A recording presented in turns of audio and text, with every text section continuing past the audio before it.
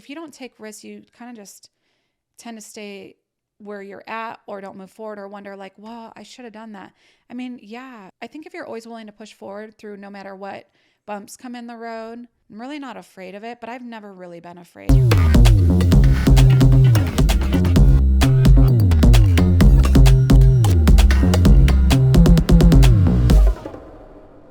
Here we are. Now we're talking. This is really fun.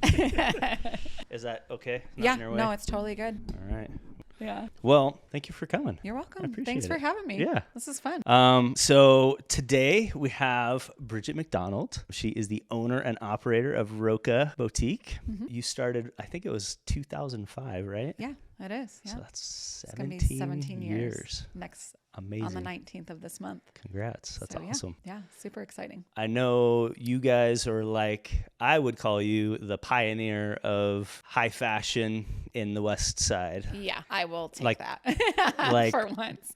Yeah, as far as like having a higher level of fashion in a boutique store, like you guys were the first and still the reigning champs. Yeah, some have come and gone, so which is kind of sad, but yeah, we're still here. And I think it's a testament to your guys' way that you take care of clients. Like I've experienced it. My wife has. Like it's really like a fun atmosphere that people get to come in and you have your own personal like person that's going to be making you look good.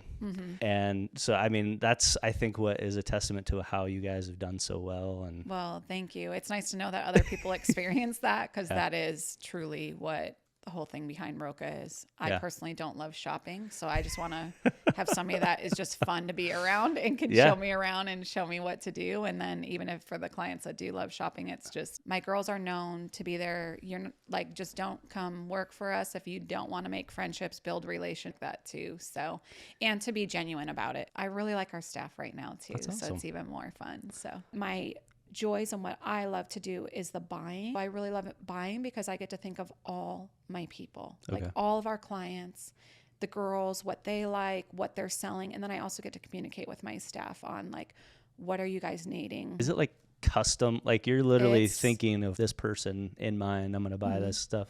Yeah. Wow. Okay. Yeah. And then even when it comes in, the girls are like, oh, so-and-so will like this, so-and-so will like this, so-and-so will like this. Okay. So it kind of all really comes together. So yeah, so that's fun. Like I go to market and our buying at market is like, we'll lay everything out on a style board and then we'll look at it and we're like, if we're thinking about it, and we're like, okay, name 3 people right now, boom, boom, boom, that you'll sell it to. And if we name 3 people, it's good. If we can barely name 1, it's out. Okay. So that's kind of how it goes for us. That's on that. awesome. So, that's so we're cool. genuinely like, if you really want to know what I do at market, like I think of all of our customers, which is really, I'm a really sensitive person. So I like to just connect that way. So, well, that's like, even though they don't feel that or might not know that, that's the cool thing. That's about like the ultimate custom situation. Yeah. Like I really love that because it's like, oh my gosh, like you're truly going to have something unique and it's like catered to you. Like that's pretty amazing. Share with me a little bit of the story of how did you start? Like what made you originally think this crazy idea, like I'm going to start clothing boutique? Okay. Where did that come from? How you arrived there? Okay. I'll try and not drag this out too, but, well, as a little girl growing up, my mom would give me a clothing allowance and then I would have to budget throughout the year and so I'd pick like really core key pieces. So my closet is very minimal at home. Okay. But I would pick very core pieces and then I would always get hand-me-downs from the school and I thought it was like the coolest thing. And then moving on to high school, I worked at 579 and I'd work there and then I'd kind of get in trouble a lot at my jobs, not purposely because I really am a nice person, but I just had a different vision, like a stronger vision of how I can better my job or better the customer experience. So I don't even know where that came from. Okay. My parents did own a sign business and they were about customer service too, but if my job was to greet at the door, I'd be back by the fitting rooms trying to style people. Okay. So naturally, I think it was just always in my blood. And then moving forward, I got a job at Express and I didn't necessarily get fired, but I quit because I was trying to like just again make my own decisions of what I thought I could better serve the store and up the sales for them. And so then my husband that I met when I moved out here, his sister was opening Monogram Salon Suites. And she's like, I have a tanning salon and then I want to put a boutique up front. She told me about the boutique, and me and my husband had our first little tiny house. And I go, can you give me the measurements of the boutique? And she wanted to partner with me. And I was like, I don't do partners. So just word out there, do not partner with people. Sorry if you're partners with people. It's just not a good idea. I always find them to be tough. So I know I might be dogged on for that. Well, have you ever done like something written, or was it always a handshake deal? Yeah. I'm like, no partners. Okay. No, I've never had partners. They never go right. So if you can give me one proven one that's longevity, then great. I asked her the square footage of the boutique and she's like, it's 10 by 10. And I looked at my husband, I hung up the phone. I looked at my husband. I'm like, can you go measure that little room right there? And he's like, yeah. And he's like 10 by 10. I'm like, oh my God. And so I literally started from scratch. I started at Monogram Salon Suites 2003. And I was like, I don't know how this is going to go. I literally was shaking. I know exactly who my first customer was. Wow. And I was handwriting receipts and hand doing inventory and hand doing sales tax and everything. So I remember I was shaking and my first sale was like $500. Wow. And I was so nervous and scared and didn't know what I was doing, not a clue in the world, but I just knew I was going to figure it out. I met my best friend through being one of my first few customers, and we're still friends to this day. She owns a scrap metal company too. That's awesome. And she's just killing it. I mean, she's pretty phenomenal, so it's good to bounce business minds. And then 2004, the business next door did a midnight move out. I cut open a door opening and I took it right away. I took the suite next to me. Okay. So I had 250 square feet to nice. work with, but at least you had a fitting room to try on the clothes.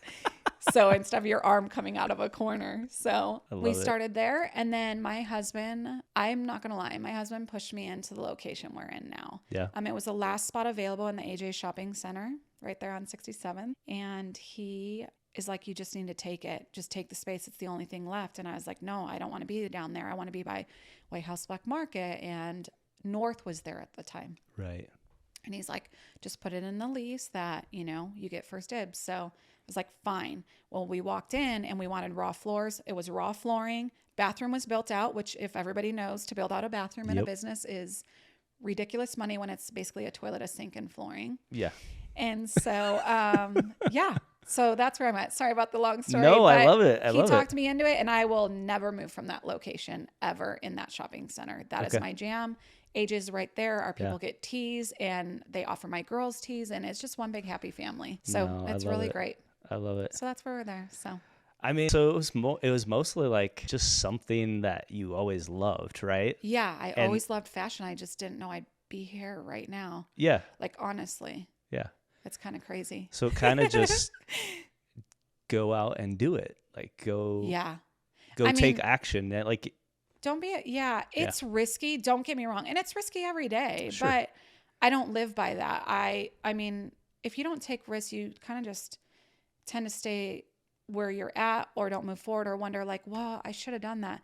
I mean, I think if you're always willing to push forward through no matter what bumps come in the road, I'm really not afraid of it, but I've never really been afraid. I mean, moved out here, my roommate's like, I'll take care of you. And the first day I'm like jumping off cliffs down the river. I'm sure that it was very shallow and I probably could have hit a rock, but I was like, I just love risk. And while I'm not going to say it's not stressful at times, I think just pushing forward and kind of having a vision. And then once you get in your vision, to keep reinventing that vision, I think is important. Like adapting, right? Yeah. I mean, you're adapting, right? Yeah, for sure. Right now. It's just changing market. Mm-hmm. It happens all the time though. Oh, it does. I mean, if I've been around since 2003, I've been around for the first crash. I've been around in a complete shutdown. Yep. And I've survived. We've survived. It's not just me. I mean, I've got a team of people. I mean, there's people behind the scenes that nobody knows about, So, and my husband's super, to have somebody that just lets me do my thing and trust me. Yeah. I have to think about that a lot. Awesome. Like, that's a big deal. That's awesome. So, yeah. Well, there's one partnership that worked out for you. Yeah, that's true too. That's the only partnership I will ever have, and I don't want another one. So, yes, that's a great partnership that did work out. like definitely he's supported you. Like it's pretty awesome to watch. I wanted to go back to mindset a little bit because we talked about it before we were on camera, but I love what you're saying. I work really hard to change my mindset all the time. We all do because we get in a funk. I believe you're right with the fact of what you think about is what you're going to get. And so if you think something is horrible, it's going to keep showing up. And if you think something's awesome and you look at the bright side of look at this person's traits, like look at their talents, and if you try to highlight those things, then you're going to get more of those things.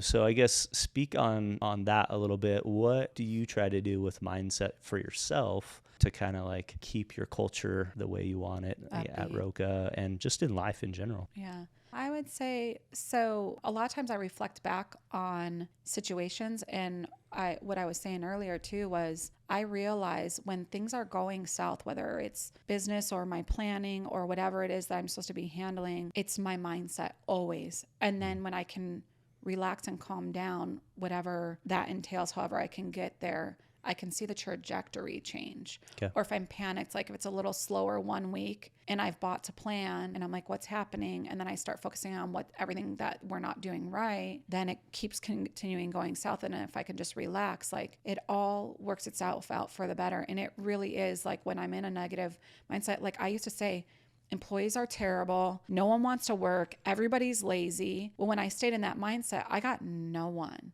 Right. And as soon as like I got one, like I have quite a few good employees. Well, all of them right now, but when I had a couple good ones, then my mindset started to change. And so, and even with my girls, I'll walk in and if I can feel they're just not in the right mood, I try to be like, hey, like it's all in our mindset, or, I'm just trying to get them to acknowledge their mood too, that your mood changes everything. It's just like if you go to the store and you're going to go do an exchange or return and you're just in a bad mood and you want them just to do it, and you might know that you're like past the exchange, whatever it is, or the return date, and you're just going to be mean. Well, you're going to expect that same stuff in return. Or if you just go and relax, it's amazing. Like simple little things that you think about are really easy. Like your mood affects responses from people too.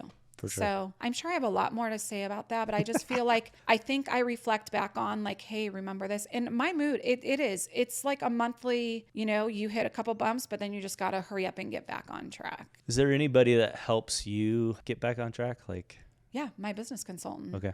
Like I literally can be like, listen, I'm not in a right headspace. And then we'll hop on a 2-minute call, or literally all she sends me is a little mindset quote. Yeah. And flip it around. I will say she has been impactful.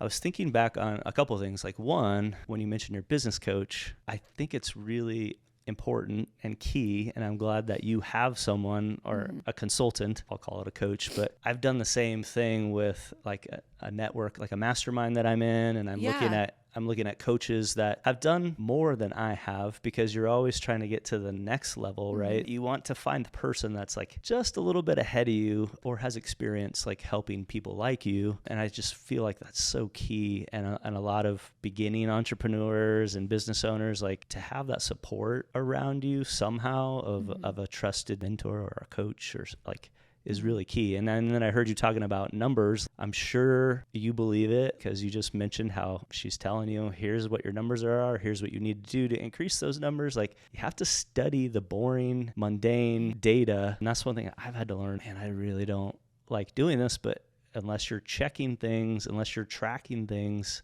you're going to fail. Like you're not going to realize a month beforehand, oh, our sales are down or our projections are off. Like we need to make an adjustment. Yeah. So I really think it's funny how we were talking about mindset, but this person is not only helping with mindset, but they're helping with the business level up even higher. Yeah. It's, I feel like we always think, we could do it on our own. Now, well, do I regret not having her from the beginning? Not at all.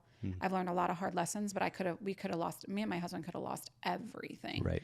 So having her has been life-changing because she is analyzing all that. And I can look back and be like, oh my gosh, and it's a program that they're constantly reinventing or better. Like they don't just have like, here's the program. They're constantly trying to make it better. And she's there for mindset too, because their goal is for them to stay with us, but also for us to just constantly grow or evolve. Right. So. Right. Yeah. It's a vested interest. Like everybody wants success. And so they're going to keep spurring that Yeah, on. and it's no contract either, and it's nice. Yeah, I highly recommend if somebody's getting into their own business. Even I even think like coffee shops or online stores, like they're good to at least chat with to see if it's something that works and getting in sooner. I mean, it's pretty phenomenal where I've come from 2014 to now. That's awesome. And we were able to remodel and everything and just have it all dialed in. So, well, like, would you be able to say a number, like percentage wise, of growth that maybe they've brought you, say from 2014 till now? We're almost tripling our sales. Yeah, that's amazing. That we did since 2014. That's amazing. Yeah. Because I always try to explain that to some people, because I'm totally guilty of jack of all trades. So like I want to do everything myself. And one of the lessons that I've had to teach myself and still teaching myself every day is, like you're saying, like employees and people that do these things better than you. And I'm always like, okay, remember that if I invest in this, it's going to multiply my business. Like yes, it seems like a lot of money, and that could be anything from advertising on Facebook or something to hiring someone to be a coach or a consultant, to put the time and the energy and the effort and the money into it. And I love that you started off like doing everything yourself, because I believe that every entrepreneur like needs to have some of that. Yeah. But there comes a point where you're not going to scale or grow unless you multiply yourself. Correct. Like you have your procedures all in place. You know, like this is how we do things, and you're able to communicate that to someone else so they can duplicate it, is really key. Yeah. I remember too when I remember the day I kept my meeting because people be like, oh, I want to talk to you about marketing. I'm like, okay. And then I cancel their meeting. And then I'm like, I block them from my email. So I remember the day that I spoke with her, and it ended up being a 2-hour conversation. And then at the end of the conversation, I'm like, well, I can't afford you. I remember it very vividly. I owed a lot of money to, whether it was my vendors or just stuff I was not in a great place. And I was just, juggling all things at once. And I had babies too at the time that I was trying to be a good mom too. And so that was tough. But she goes, yeah, well, we're going to get you out of this and you will be, running debt free. And she gave me the gauge, and I was like, I hung up the phone and I called my brother-in-law, which owns Titan Pest Control up in Anthem. And he's an arborist and has a tree trimming business. And I've always admired his business. So I talked to lots of business people that, are that step ahead of you, like you said. Or just have different experiences. And he had such a good example to say, and of course I'm not going to say it right. And he is basically like, well, why wouldn't you? Like, why not? And I was like, okay, well, coming from him, and he just asked me a few questions, and he's like, well, why wouldn't you? And at the end of the day, the bottom line is she's going to be, a 1% cost. That's nothing. Right. So at the end of the day, it was so worth it to have her. And like I said, the mindset thing too, she's always in a positive mindset. Yeah. So that's awesome. Yeah. 3 times. That's 3 amazing. times. Yeah. So we're 8 years in. Yeah. Yeah. That's come a long way. That's crazy. So, yeah. It's crazy to me too. Well, I'm not going to lie. I have to wrap my head around it a lot. I think too, sometimes say, if you're really doing it for the money, I do it for the people, which allows the money in my family to be taken care of. And I'm probably more of, I like to dress. Like I said, my wardrobe's basic. I get that we're a clothing store, but we really are about relationships and loving people. And I really, really do this for the people. And I think you guys have known me for a while now too, people in community. Yeah. I feel like if you're doing it for the wrong reasons, and to be honest, a couple stores that did come up in our area where you could feel was the wrong reasons. And while I'm sad for that, and even if they hear, I just feel like when you're doing it for the right reasons, I think it comes through, or maybe their life trajectory changes too. But I feel like if you're doing it for the right reasons, everything else falls into place too. So which goes back to mindset, right? Yeah. And I agree 100%. I feel like if you're helping people and you have their best things at heart, their preferences and their desires at heart, you're serving them, I feel like that's the only way to win. You'll make money because you're filling a need. This person enjoys an experience. They enjoy looking good. And just like anything, if we help someone get to their goal, I feel like relationships are the way to do it. I do the same in my business, obviously. I enjoy the friendships that I make and the community that I have. And we don't see each other every day, but I have a lot of people that, you know, I guess socially now we see each other a lot, but Yeah. it's one of those things that like I love this field because this industry, because I get to like meet all kinds of families and I get to see people creating homes and having their kids and their grandkids and like that's what community is all about. And if you find a great spot and you're nearby your family, like that's the funnest thing to me, is like just helping people find the right thing. Yeah. I feel like for you too, you are finding that niche for you. And I feel like you do a great job connecting differently. And we were talking about this earlier with you, but I'm like, what's Jared got to say today? Like, I'm hoping he's in the feed in the Instagram, because I'm sure your name's probably Jared, but you're usually in the feed. And I was like, what's he got to say about real estate? And it keeps people motivated. Like, everybody wants, like, I get there's a reset, or things are more. Everybody, don't focus on the negative. Get off the TV, ignore the news, focus on what's good, stay in your lane. My biggest thing to people is stay in your lane. Yeah. And you really do a great job of staying in your lane, Jared. And also feeling, I'm not in the market to buy a house at all. Like, I love my cute little house. I love the bones of it, but I love hearing maybe I do need to invest in another property and rental, or just knowing that you're out there feeding positivity to people and not having them panic or worry, or the interest rates. Well, you might get a better deal on a house. So they kind of wash each other out, right? True.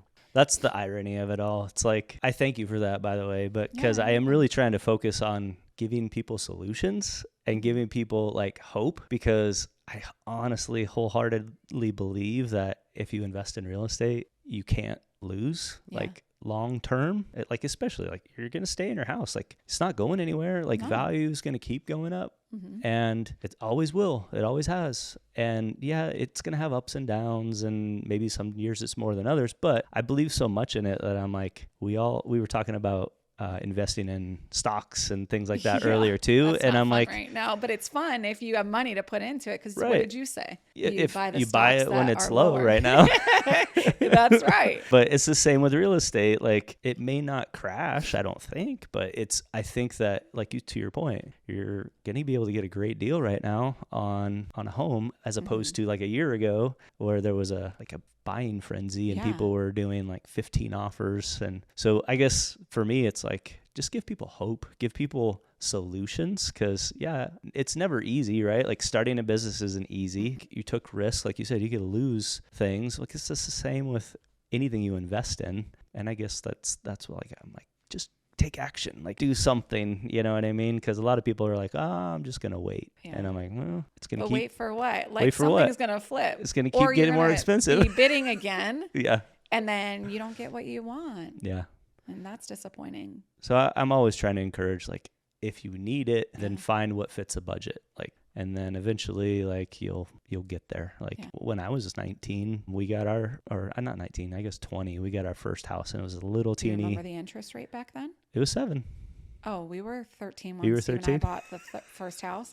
We were pumped when it dropped to 9, and we were super pumped when it dropped to 6.95. Yeah. So think about that. Like, I think our parents paid, I think they were like in the 18s and stuff, like in the 80s. Yeah, but the house was a lot less expensive too. Yeah, but everyone was making less too. Like, that's the thing I always try to remind. It's all relative, right? I try to remind people, like, okay, when we were coming up, like $5 an hour, you're making, and now everybody's making, I guess 15, but most of them are making 19, $20 an hour, right? For a starting wage, it seems, because people need employees right now. And so I know it's relative. It's like 4 times as much, and same with, like, I don't know what the median income is right now. It's probably around 75 or 80, I would imagine. Yeah, I didn't know if it was, I was thinking it was like 75 in this area, I'm guessing. But, back then it was a quarter of that. Yeah.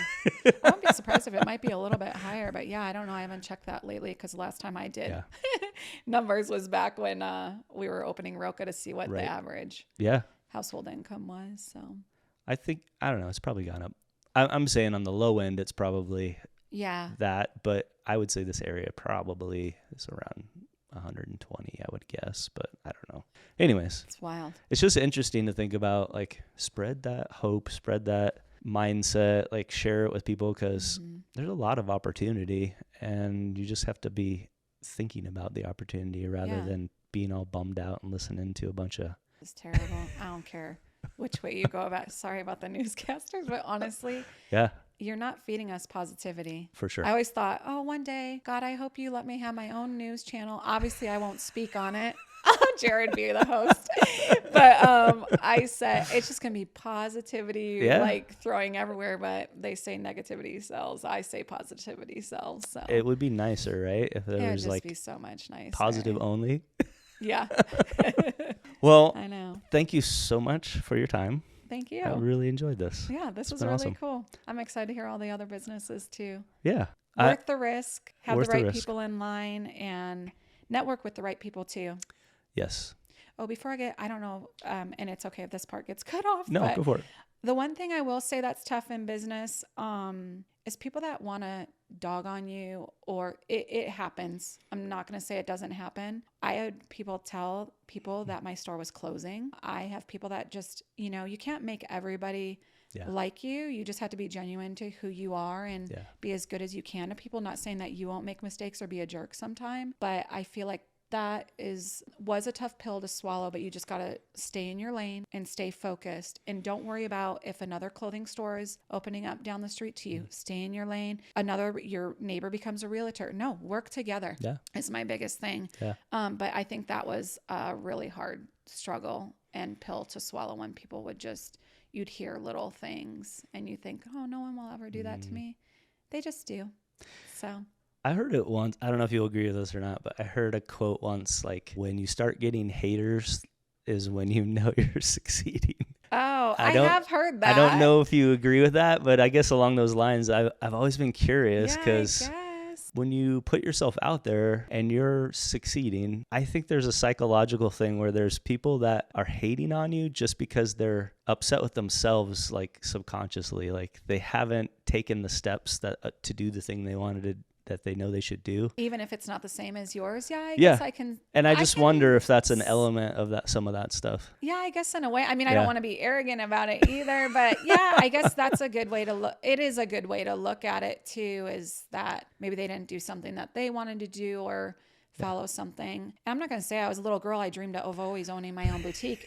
I was lucky. I found this amazing guy. His sister happened to own a salon suites. She's like, what do you want to do? I decided not to partner, do it all on my own. We took a little bit out from our mortgage to invest in, and we paid it back right away just to start and see what we can do in West Valley, because there was nowhere to shop up here. And so, I guess you have a valid point with that. I guess I think of it because I'm like, not to like judge on people, but to give sympathy actually, because I'm like, okay, like they're just not happy for whatever reason. Yeah. And they decided to take it out on me today. Yeah. Like, what did I do to you? I mean, I get it if maybe I not necessarily cut you off or if I said something to offend you, but even then, like, what's the point? Why are you doing that? Yeah.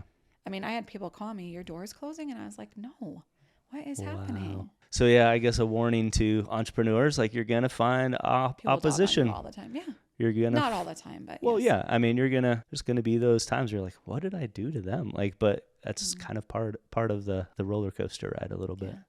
It's what makes you stronger too. Yeah. So, I know where your boutique is. I know where ROKA is, but share with everybody else. How can people find you? Okay. And I guess both online, social, and website stuff. Like, what's the way they can connect with you? So we're at 67th Avenue and the 101 in the AJ Shopping Center. So when you're facing AJ's, I'm going to walk in the door, grab your tea, and then head to your right.